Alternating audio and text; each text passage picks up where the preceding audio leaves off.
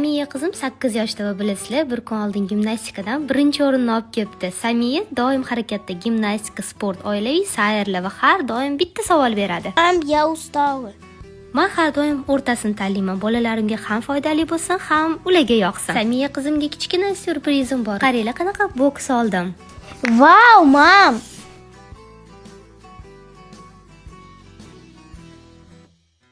Bu boks ichida Samiyani ismi yozilgan futbolka chiqdi va bolajonimga ham juda ham yoqdi. Maktabda fizik darsda ham kiya oladi. Maylo haqida men chet ellik blogerlarda ko'rganman. Eng xursand qiladigani Nestle'ning xalqaro brendi endi bizda ham bor. Har doim o'ylaganman, agar hamma bu mahsulotni qidirsa, demak u haqiqatan ham zo'r. Yana yoqqan jihati tabiiy arpa qo'shilgan. Bundan tashqari vitaminga to'la bo'ladi. Tayyorlanishi juda ham oson. Suv bilan tayyorlaymiz, chunki ichida sut ham bor.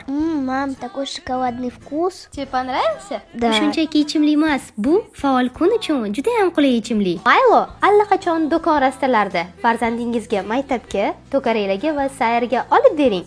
Maylo bilan g'alaba energiyasiga to'ling.